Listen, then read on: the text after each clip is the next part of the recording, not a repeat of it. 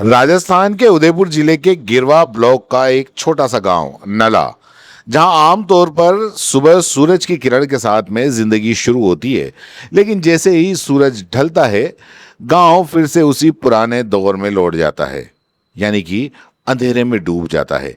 लेकिन इस बार ये अंधेरा सिर्फ बिजली का नहीं है, ये अंधेरा था सिस्टम की लापरवाही का, यह अंधेरा था भ्रष्टाचार का।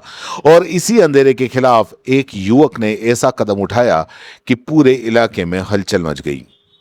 जब घर में अंधेरा है तो फिर दुल्हन कैसे लाऊं? ये कोई फिल्मी डायलॉग नहीं है, ये है नला गांव के सुरेश की सच्चाई। जहां लोग शादी के लिए बैंड बाजा और घोड़ी की तैयारी करते हैं, वहीं सुरेश ने अपनी शादी ही रोक दी, वो भी सिर्फ इसलिए क्योंकि उसके घर में बिजली नहीं है। और यहीं से शुरू होती है एक ऐसी कहानी जिसमें है प्यार, संघर्ष, सिस्टम से लड़ाई और एक ऐसा विरोध जो अब पूरे इलाके में चर्चा का विषय बन गया है। सुरेश के पिता मेगा एक साधारण ग्रामीण युवक हैं। घर छोटा है, कमाई सीमित है, लेकिन सपने बड़े थे। एक अच्छा परिवार, शादी और खुशहाल जिंदगी। इन सपनों के बीच में आ गया बिजली का अंधेरा। सुरेश बताता है कि पिछले 1 साल में उसके लिए 5 रिश्ते आए। हर बार लड़की वाले घर देखने आते हैं, चाय पीते हैं, बातचीत करते हैं, लेकिन जैसे ही शाम होती है और घर में अंधेरा छा जाता है, और उस रिश्ते पर भी अंधेरा छा जाता है।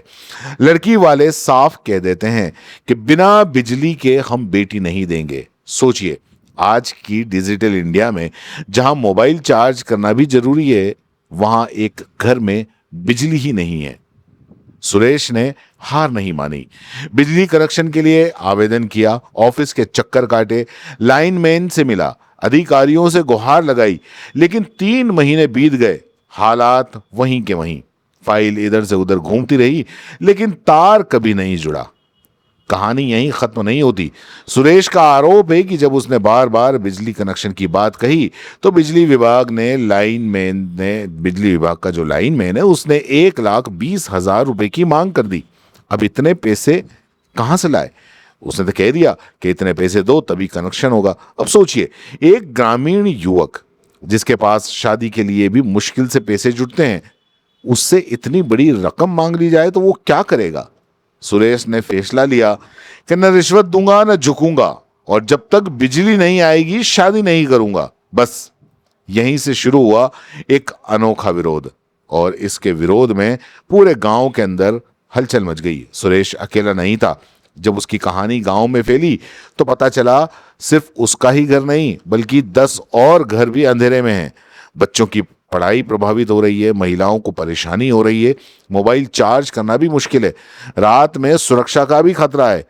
और अब ये सिर्फ एक युवक की समस्या नहीं रही, बल्कि ये पूरे गांव का मुद्दा बन गया। और फिर गांव वालों ने एकजुट होकर नारा दिया, पहले बिजली फिर फेरे।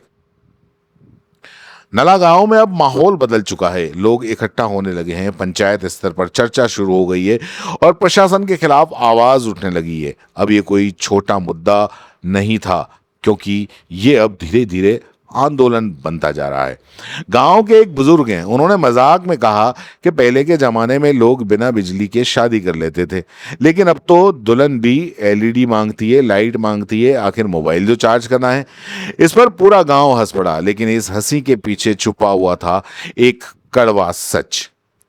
ये घटना सिर्फ एक गांव की कहानी नहीं है, ये उठाती है कई बड़े सवाल। क्या आज भी गांव में बिजली जैसी मूलभूत सुविधा के लिए संघर्ष करना पड़ता है? क्या बिना रिश्वत दिए काम नहीं हो सकता? क्या सिस्टम सिर्फ कागजों में ही चलता है? इस पूरे मामले ने प्रशासन की कार्य प्रणाली पर भी सवाल खड़े कर दिए हैं। 3 महीने से आवेदन लंबित आखिर क्यों है? रिश्वत मांगने के आरोप की जांच क्यों नहीं? 10 घर अब तक अंधेरे में क्यों हैं?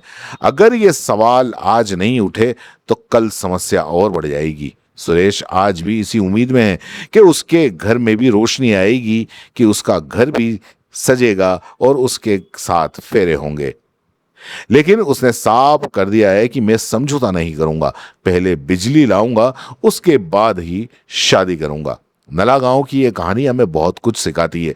अपने अधिकारों के लिए आवाज उठाना है, गलत के सामने झुकना नहीं है, और सबसे जरूरी, एकता में ताकत होती है।